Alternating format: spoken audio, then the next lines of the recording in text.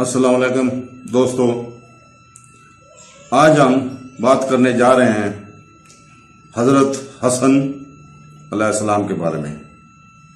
ایک حدیث میں آتا کہ ایک دفعہ پیارے نبی صلی اللہ علیہ وسلم نے ایک بچے کو اٹھائے ہوئے تھے اور فرما رہے تھے کہ اے اللہ تعالیٰ، میں اس سے محبت کرتا ہوں، تو بھی اس سے محبت کرتا ہے۔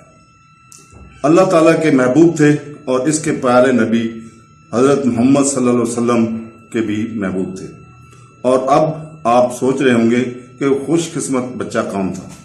تو میرے پیارے بھائیوں، وہ کوئی اور نہیں بلکہ پیارے نبی صلی اللہ علیہ وسلم کے نواسے تھے۔ مدرجہ ذیل سطور میں سے ہم ان کی سوانح عمری کے بارے میں بہت مختصر جانیں گے اور ان کی کچھ فضیلتیں بھی پڑھ کر سعادت حاصل کریں گے۔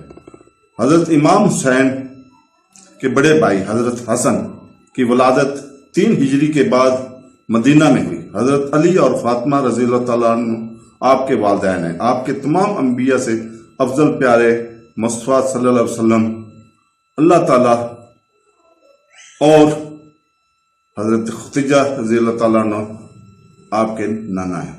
آپ کی ولادت 7ویں دن آپ کا عقیقہ کیا گیا، 2 مہینوں کی قربانی دی گئی، 2 میمنوں کی قربانی دی گئی، اس کا سر منڈوایا گیا اور پھر پیارے رسول صلی اللہ علیہ وسلم نے حکم دیا کہ اس کے منڈائے ہوئے بالوں کا وزن چاندی میں صدقہ کیا جائے۔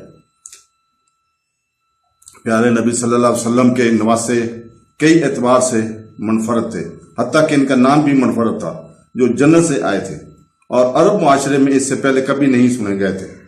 ایک روایت میں اس کا ذکر ہے، یہ نام حسن زمانہ جاہلیت میں بالکل مشہور نہیں تھا۔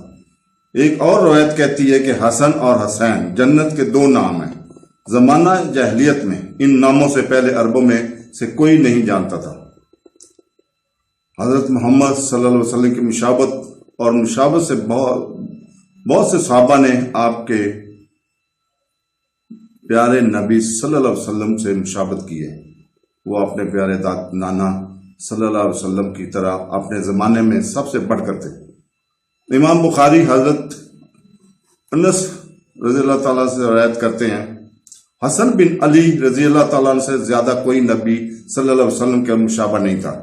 روایت ہے کہ بچپن میں ہی سے آپ کی سیرت سے برکت کے آثار نمایاں تھے اور پیارے مصطفیٰ صلی اللہ علیہ وسلم مختلف محفلوں کے سامنے آپ کی مدح سرائی فرماتے تھے۔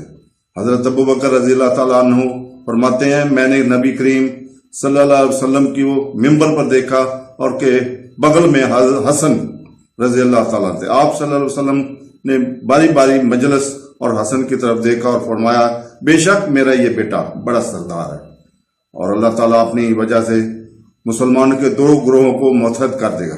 ایک اور موقع پر پیارے نبی صلی اللہ علیہ وسلم نے فرمایا، حسن و حسین جنت کے جوانوں کے 2 سردار ہیں۔ وہ نبی کریم صلی اللہ علیہ وسلم کو اس قدر عزیز تھے کہ فرماتے ہیں، دونوں حسن اور حسین اس دنیا میں میرے 2 عطر ہیں۔ بخاری میں ہے کہ پیارے رسول صلی اللہ علیہ وسلم نے اس کے ساتھ کھیلتے رہے۔ آپ صلی اللہ علیہ وسلم محبت میں آپ صلی اللہ علیہ وسلم کو اپنی مبارک پیٹھ اور کندھوں پر بٹھاتے۔ روایت ہے کہ ایک مرتبہ پیارے نبی صلی اللہ علیہ وسلم حسن کو اپنے کندھوں پر اٹھائے ہوئے تھے۔ راستے میں ایک شخص آپ سے ملا اور کہا، کیا شاندار سوار ہے نوجوان، آپ جس پر سوار ہیں؟ نبی کریم صلی اللہ علیہ وسلم نے فرمایا، اور وہ کیسا شاندار سوار ہے؟ اللہ کی راہ میں عبادات استقامت کی صورت میں آپ کی کوششیں قابل تقلید ہیں۔